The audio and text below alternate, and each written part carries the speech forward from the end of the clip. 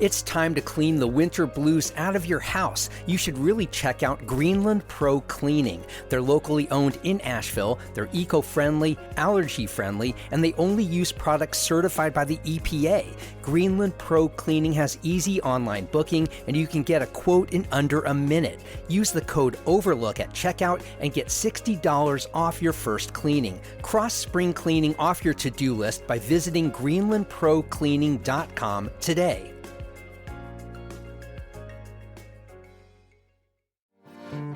I am a maker, a builder, a baker, although sometimes my messes are all that you'll find. I'll tell a story, both true and allegory. Oh, the process is precious, though it takes up all my time.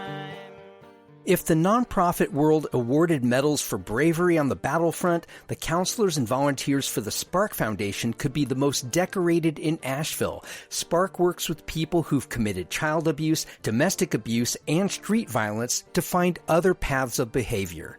Nobody wants to be labeled those pieces. Oh, I'm a parent who's hurt my child. I'm a spouse who's hurt my partner. I'm somebody who's committed a crime in my community. What we have to offer when people walk in our door is a very different experience than they're used to having in the world. This is The Overlook with Matt Peiken, a podcast about the news, arts, issues, and trends of Asheville, North Carolina. My guest today is Jackie Latek, the founding executive director of the SPARC Foundation. We get granular about how she and her team work to change behaviors that can span generations.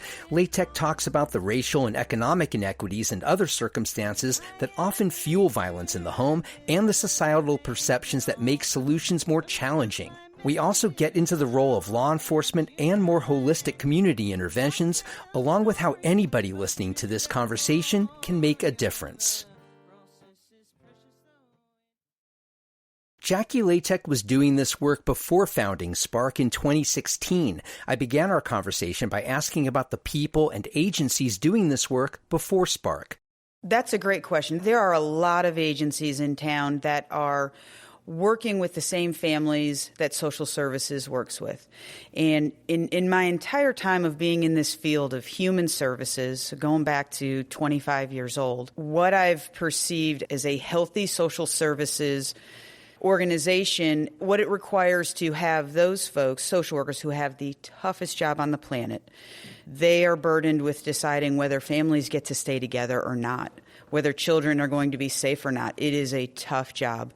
But in order for them to do that effectively and appropriately, they need to have lined up with them organizations that are providing the services we provide, or a strong mental health system surrounding them. Social workers, while some of them are master's level and have some treatment type experience behind them, that's not the job they're hired to do. They're hired to determine safety. They're not there to go into the homes and show families how to be safe in the intensive way that a lot of our families need. So SPARC, along with other mental health organizations, we are attempting to fill some of those gaps in services. And really the purpose is to keep families in those homes together. Children are best served living with their parents. And we spend a lot of money in this country, and here locally as well, on the foster care system. We pay people to become foster parents, and they are the safe place for children to go to temporarily when they can't be at home with their families. And those are very important systems. In my entire time here in Asheville, 18 years, that foster care system has lacked capacity. There are not enough families. So children are sent really far away from their home schools, their friends, everything that they know, because the foster family that's available to take them is hours away. So there's always been this real capacity issue in foster care. Years ago, my partner and I became foster parents as a way to get into that system and support. But what I have seen in my time is all those resources we put into the foster care system, what if we instead put the energy and those resources into parents and families who need just as much support as anybody else? And maybe if we can keep kids in their own homes or return them back home successfully, those children and families have the best chance at moving forward together instead of disruption and additional trauma that typically occurs. Yeah, if you were to draw an umbrella over your programming, it seems like there are three program areas that you do, and they're all connected in some way. One is domestic violence services. The other is violence interrupters. It's a street team that you have. And the other is family visitation and parent coaching through DSS. And all of these things, from what you're talking about, it all has an educational foundation to this work. The question that permeates all of that is, how do you know how to coach these things? What is your curriculum through all of these? How did you develop it? Yeah, that's a great question, Matt. There is a unifying thread of the experience of the people that we serve and experiences that you've had, I've had, the staff within our agency. And it comes down to understanding that human experience, that we all go through processes of making mistakes. Maybe we learn from them, and maybe we change our behavior. And we all have been through a process of where we've made a mistake, and then I've made it again, and I've made it again, and I'm not learning from it. And now the people around me are beginning to see that pattern. Maybe they're beginning to label me or what I'm doing. Maybe I take that label and that badge and I go ahead and I stab myself with it. Yep, I am that. I'm doing that thing. And I can get stuck in that. We can all get really stuck in that. And I think some of the differences for anybody that's listening, yeah, sure, I've done that, but I haven't needed that service that you have. And I do think there can be a difference of the impacts of our mistakes. So a lot of the people that are coming into our services, the impacts of their mistakes, they have impacted their children or their partners or their community in a way that people are really stepping up and taking notice. Let's back up a second. The people who are coming into your programs, this isn't necessarily voluntary, right? Are these almost entirely court-ordered, or that if you don't do these things, you won't see your children again, or you are facing a domestic violence charge here, that if you don't do this, then these are the repercussions. Am I correct in reading it that way? There are some folks who are referred to us by external systems. So how do you get to behavior change? When you're in that rut of these are the behaviors I'm doing and they're negative and I don't even see yet how it's not serving me. I'm just living and making these mistakes and I don't even really know it's happening. How do any of us get to the point that says, I've got to change that? Oftentimes what it takes is an external force saying, what you've got going on here it's not so good. You need to do something about that. And that external force, it could be somebody in our family saying it. It could be a doctor saying it. It could be a judge saying it or a social worker. So that external piece can be really important to begin a process. And that's where our process begins of redemption. I would think that one of your initial challenges, and perhaps maybe even your greatest challenge, and correct me if I'm wrong in this, is a willingness from the people you work with to have some humility and say, yes, I need help. I would think that would be a huge hurdle, a cultural hurdle, pride. There's a natural inclination from people across boundary spectrum of race, ethnicity, income level of people don't want to admit they've done wrong and that they are responsible. Am I wrong in reading it that way? That would be your chief challenge, is breaking through that? Absolutely. Nobody wants to be labeled those pieces. Oh, I'm a parent who's hurt my child. I'm a spouse who's hurt my partner. I'm somebody who's committed a crime in my community. Nobody wants to be labeled as that. What we have to offer when people walk in our door is a very different experience than they're used to having in the world. They're used to the judgment. And that's part of the formula that keeps them in the places that they are in. It is that judgment that says, you're no good and you don't deserve any better. And so why on earth would I try to do any better if that's what my society is telling me? So when you walk in our doors, that's not what we're saying. We're going to look at you in the face and go, we understand. I'm not here to say what you've done is okay.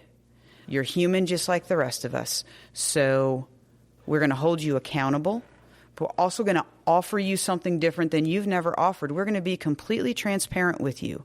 We're not going to talk about you behind your back, which is the experience a lot of our families go through and a lot of individuals go through. We are going to offer you education, which you brought up earlier. There are pieces of this. We have to assume that people often make the choices they make, not because they're inherently a bad person, but because perhaps maybe nobody ever taught them to do it differently. You point out on the website for SPARC a number of contributing factors that lead to whether it's domestic violence, street violence. How do you change behaviors? It's one thing, okay, I've done wrong. How do I do and operate differently day to day? I would think that's also a huge challenge. And I want to go through each of your program areas. So with domestic violence, you've served more than 400 individuals, identified unemployment and trauma as contributing factors. You can't eliminate the trauma. You can't necessarily get them the job that they haven't had before. Maybe you can. But talk about how do you work with people who've committed domestic violence and have a pattern of it? How do you change that behavior? So we come from this position that our role in reducing domestic violence in our community is by addressing the people who are committing that behavior. One way our society deals with these kinds of crimes could be putting people in prison. But we know that there's no recovery from that, right? There's no learned skills that has somebody coming out and having any kind of behavior change. So I genuinely believe that our best chance of keeping partners and wives and children safe from this particular crime is that we have to create the behavior change within the people that are using it. So let's understand what leads somebody to that kind of behavior. Again, I will tell you, it is not because somebody is inherently born with that is something they're going to do later in life. There are experiences that they've gone through. And experiences they've seen. Correct.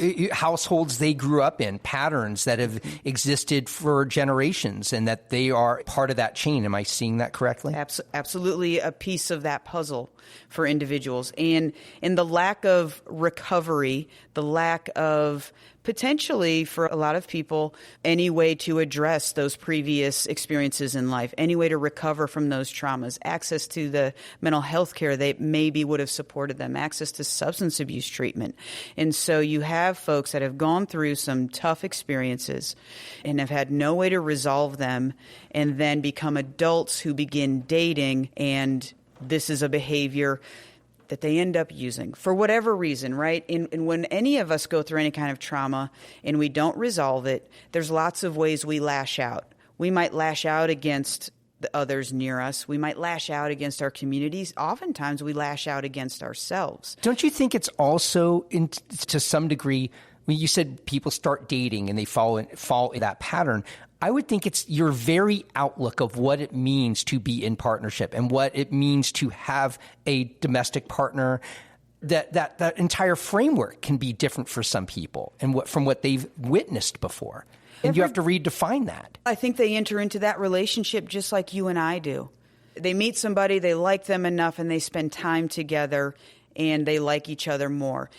Those relationships don't begin with domestic violence. They begin with care and with love. Then what happens? So with the past experiences that are not resolved, what I have seen happen over and over is I would describe somebody who uses power and control. And that is, I'm going to control everything in your life because it satisfies me in the way because I have a hole that I am filling.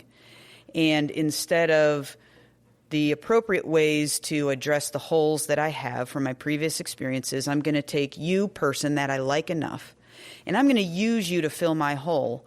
But in order to do that effectively and make sure you fill it entirely, I have to control your entire life, because otherwise, if you make your own decisions, you might not fill the hole that I need you to fill.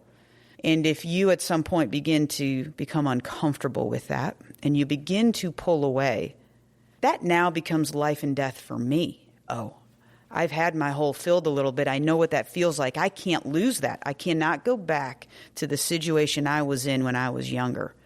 I am feeling scared for myself. So now I am clinging even tighter to you And the tighter I cling, the more you pull, more dangerous this particular situation becomes. So how do we treat that particular individual? So throughout our program, whether somebody's court-ordered, whether a social worker says you need to go to this program, or whether somebody calls us and says, I want to come in and do this, they can come to us in any kind of way. They will go through 26 weeks, that's half the year, of meeting with us and a group of typically men. We do have a women's group. We also have a Spanish-speaking men's group, but a group of men who will come together every week. And there is a blend of, let's talk about power and control and what that looks like. Because you're right, everybody comes into our program and says, that's not me, I didn't do it, and blame everybody else.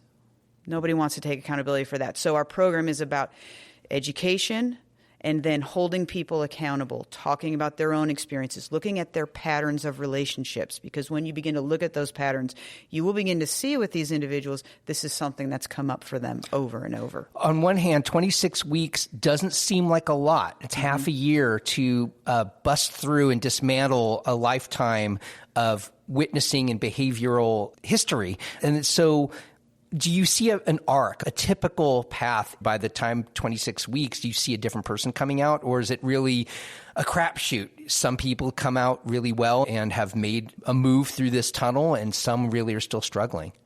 I think like any program, we have our successes, and then we have those who were not ready for the service.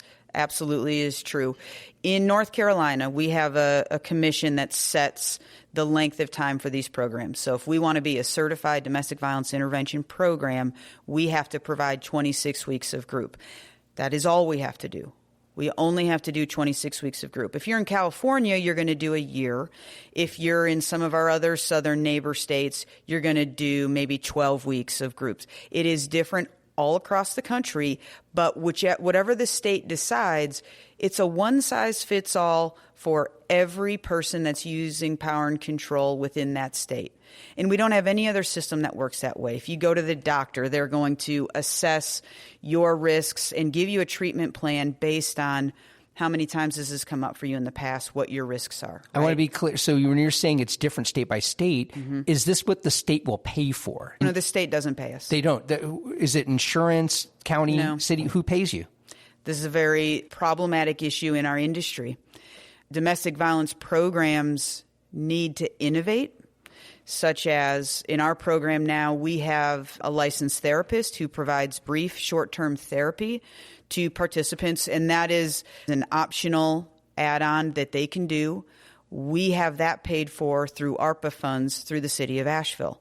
That is a pilot program we're doing because our state doesn't require any kind of that level of treatment. But again, we know if the core is unresolved trauma, then part of the solution is behavior change tactics that we can offer in our 26 weeks of group.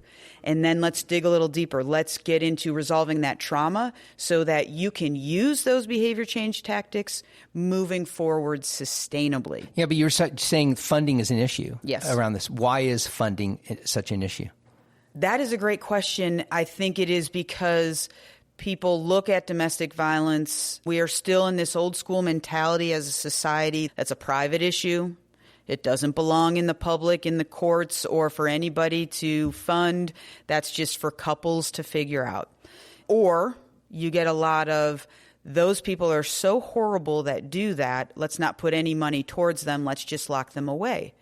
However, we're not locking them away. They are out on the streets with their partners who often reunite after some short time away. In order to keep people safe, we have to serve them. We are a provider who is fortunate enough to have some backing from our county. So every year the county does fund us. It does not cover all of the things that we do by any means, but it gives us a base from which to work from. And then from there we go after grants. The grant is difficult. Most grant funders, if they're going to fund domestic violence, they're going to fund the victim services agencies. And we should never change any funding to those agencies. But we have to understand if we want to stop people from using this behavior, then we have got to show them the way to do it differently. More after this. You can't just have a TV and stereo anymore. Now they're part of fully automated, energy-efficient smart homes. The good news, if you live in or around Asheville, Robbie Matrani of REM Audio and Video has you covered. REM offers an array of sound, video, lighting, security, and network services, all controllable at your fingertips from anywhere. REM is a registered dealer for all the major brands and can customize a plan for any budget. Get a free quote today by reaching out at remaudiovideo.com.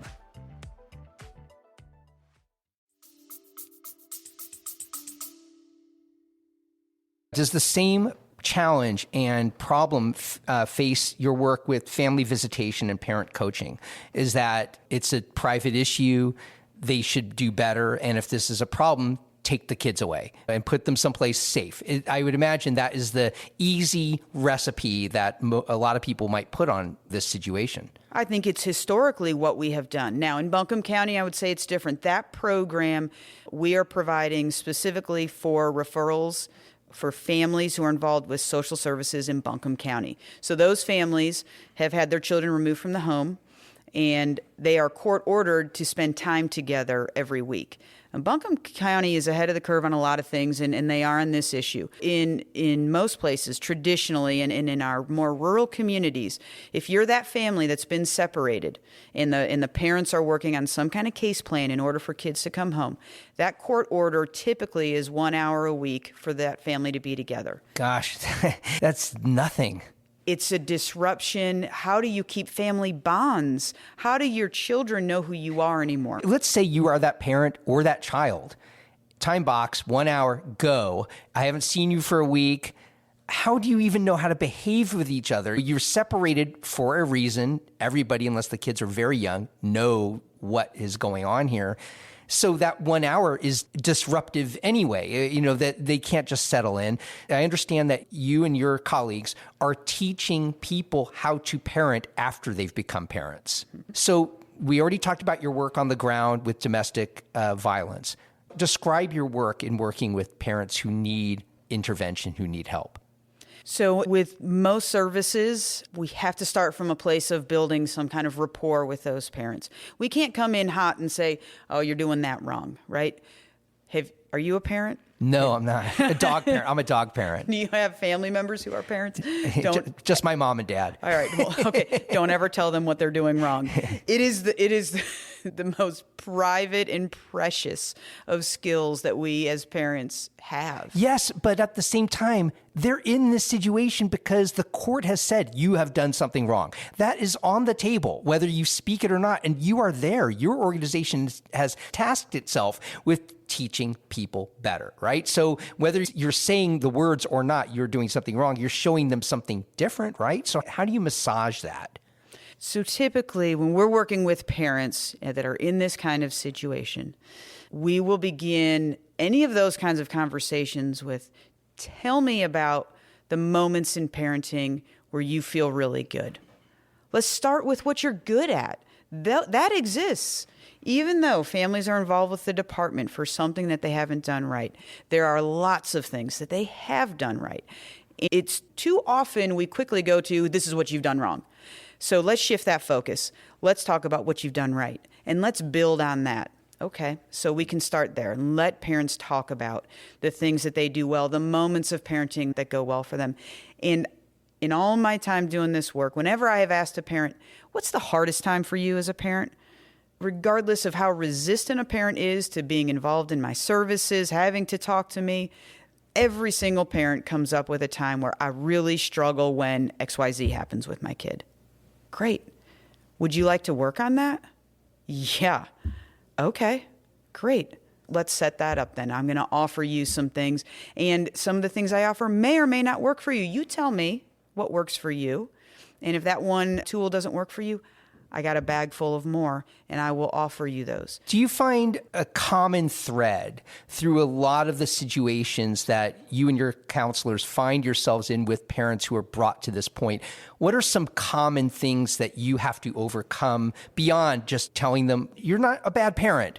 let's work on some things. Are there deficiencies that you see as commonplace? Absolutely. Generational poverty, lack of access to health care, education, quality jobs.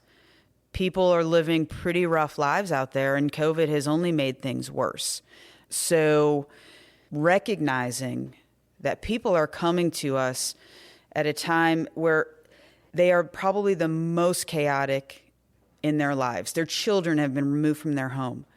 But let's not forget, everything that's led up to that has been pretty intense and chaotic as well, just because of their situation in the context of the lives that they have grown up in. So we have to understand from that standpoint, how can we help them fulfill some of those other gaps that really come down to structurally, they didn't have access when they were growing up. They didn't have the kind of parenting that you and I would want. And so let's offer that and fill in some of those gaps for them. Both the domestic violence services and the family visitation, those are all private in the home elements. The third component of the work you do is very public in some sense. It's violence interrupters. You have a street team. When I read that you do this work, I thought of the Guardian Angels and Curtis Sliwa in New York way back 30 years ago that were doing this. Is this akin to Guardian Angels, or what is different about the work you do? Because you're talking about people on the street who are trying to stop gun violence primarily, right? Gun violence from happening in real time. How do you do that? Talk about who is on this street team. Talk about the people who are on the street team and the work they do.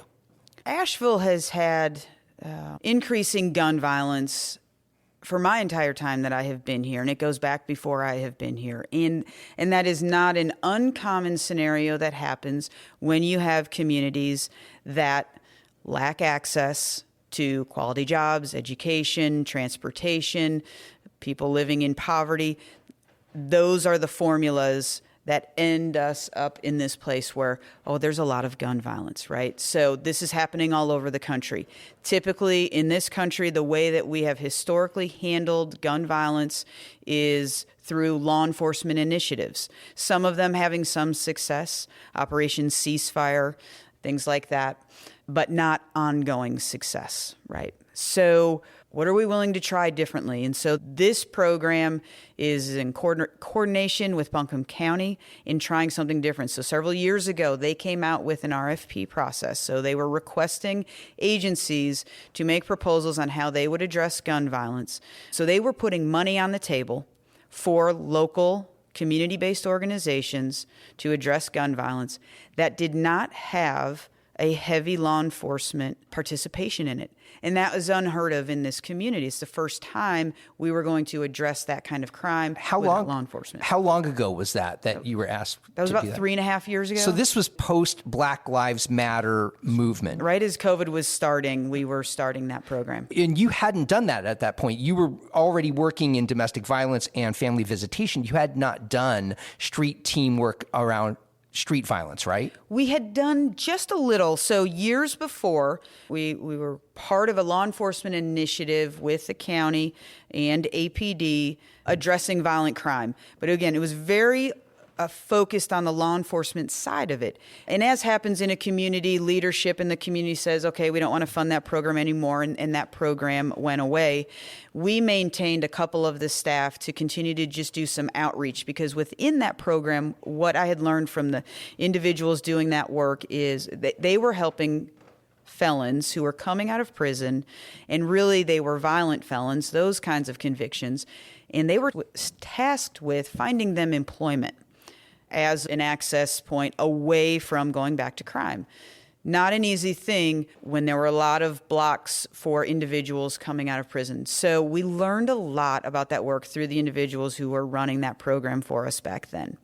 When the county came out with this initiative, it was, okay, we've got some boots on the ground, but this is really going to help us collaborate more with some other partner agencies who are My Daddy Taught Me That and YTL, who have become very close and great partners in this work. So we have a team now of about 10 individuals, and they are community health workers in violence prevention.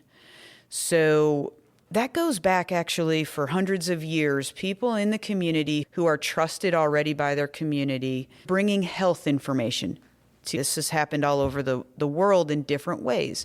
So we're kind of using an old strategy and fine-tuning it to our world today. These individuals that our 3 agencies have hired, they have lived experiences similar to those of the people they're serving in those communities. They have shared experiences. So maybe they've grown up in public housing themselves. They've grown up around violence.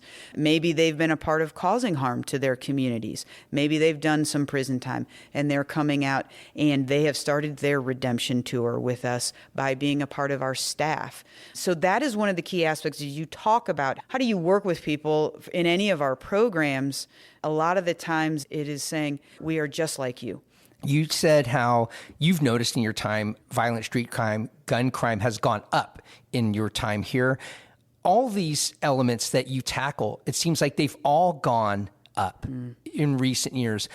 You point out on your website how a lot of equity issues come into play here, a lot of disparities in employment for Black and brown people, economic disparities. How much of that is at play here? And maybe this isn't the role of SPARC, but does SPARC start to dissect some of that to try to balance out in your own small way some of the inequities that you can attribute to racial inequities? How does that come into play in the work you do?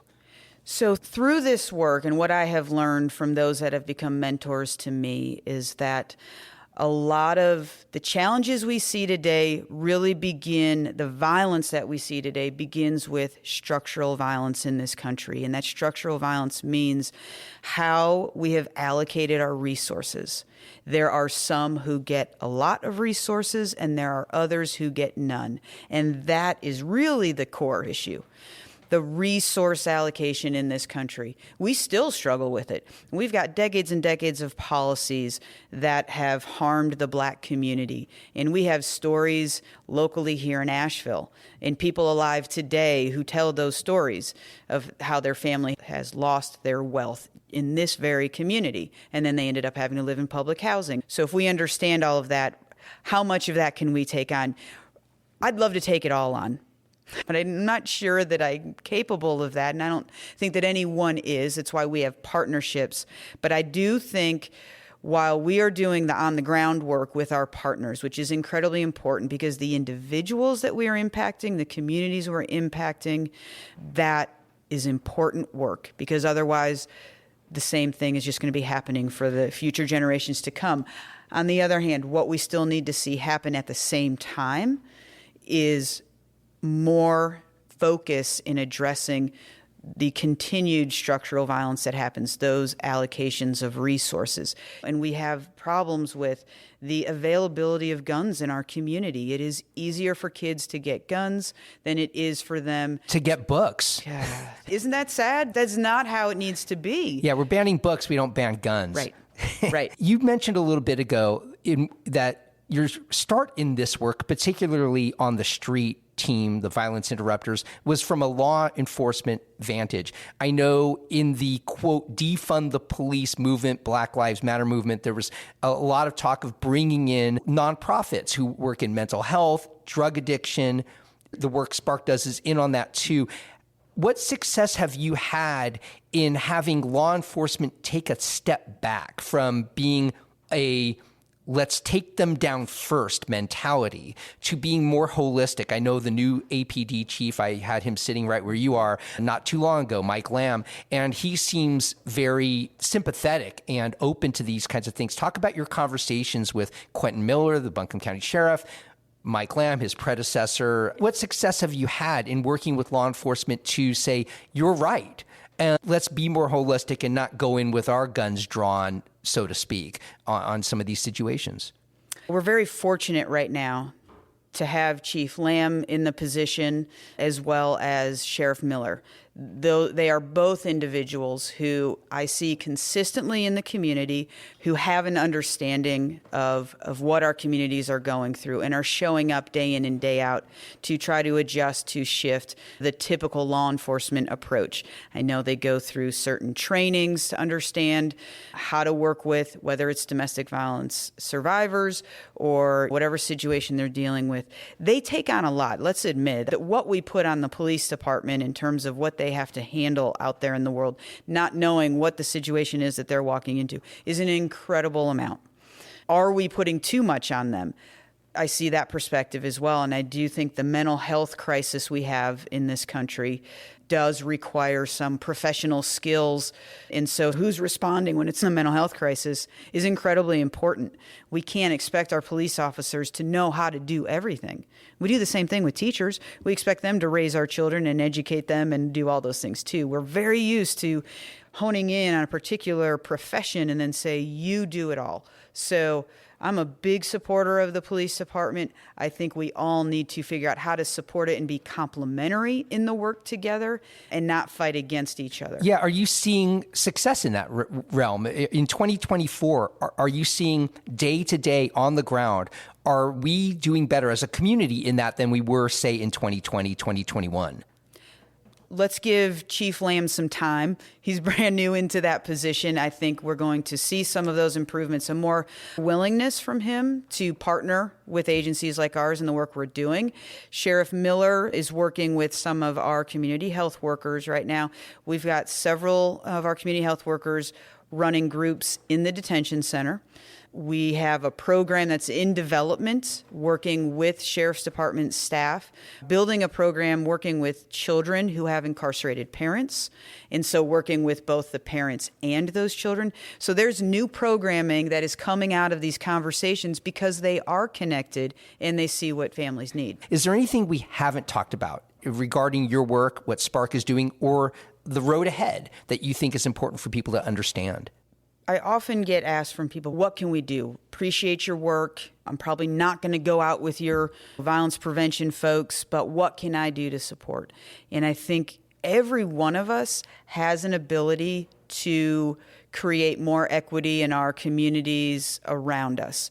And so that might be just thinking about what your place is in your community. If you're employed somewhere, and you are not a decision maker, are you asking what are their policies and procedures in terms of equity? Are they looking at lived experience as the same as they might look at professional experience? We're starting to crack that open a little bit more.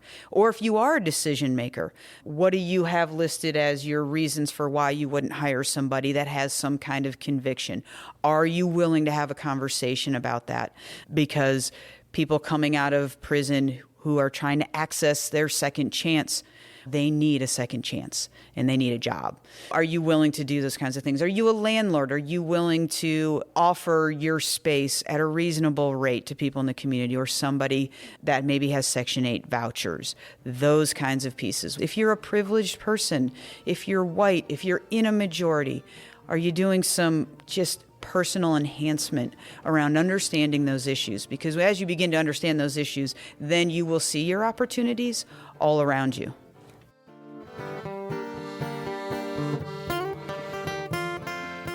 Our First Look newsletter gives you just a handful of daily headlines from around the local media landscape to get you on your morning. We also have a weekly newsletter devoted to all things The Overlook that hits you every Friday. Both are free and available at podavl.com/newsletter. You can support the work I'm doing with The Overlook by joining more than 50 other listeners who have signed up to my Patreon crowdfunding campaign. You can support this show for as little as $5 a month. Find out more and sign up at patreon.com/theoverlookpodcast. I want to thank my guest today, Jackie Latek of the SPARC Foundation. A benefit for SPARC happens March 21st at the Mule Devil's Foot Brewing. Visit sparkfoundation.org, that's SPARC with a C at the end, for details.